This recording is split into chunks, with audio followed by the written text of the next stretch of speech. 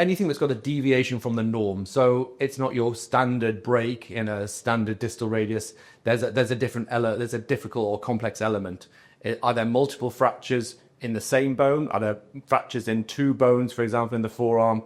Is the fracture particularly displaced or out of position from where I would expect? And then other features are, is this a re-injury? So has there been a previous fracture on the arm? Is there a malunion pre-existent that has then broken again or around? And then how am I going to correct both the acute injury but also the long-standing malunion?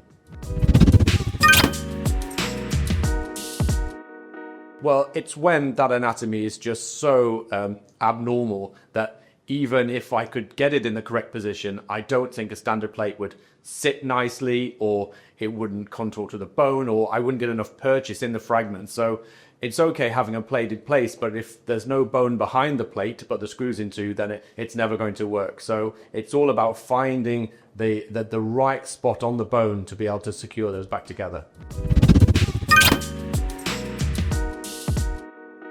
Yeah, absolutely. And not only do you have to wait a bit longer, but it's a time process. It's a time-consuming process, both from initially approaching for them, explaining that background work of CT scans and maybe even CT scans of their other arm that hasn't been injured, and explain the rationale why they need to go through this. Then building in the fact there is a time for this all to happen.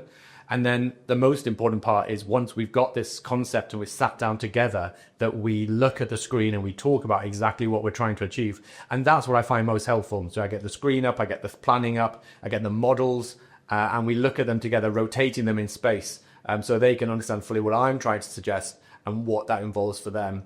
It's not easy, and you get asked what, a lot, why, quite a lot, but that's part of the job. But I think as it becomes, I say, more common, more frequently, maybe even we start developing things like patient user groups or experience groups where people who've had this both bone corrective 3-dimensional surgery can give video testimonies or written testimonies, or even have an opportunity to talk with them either online or in group settings.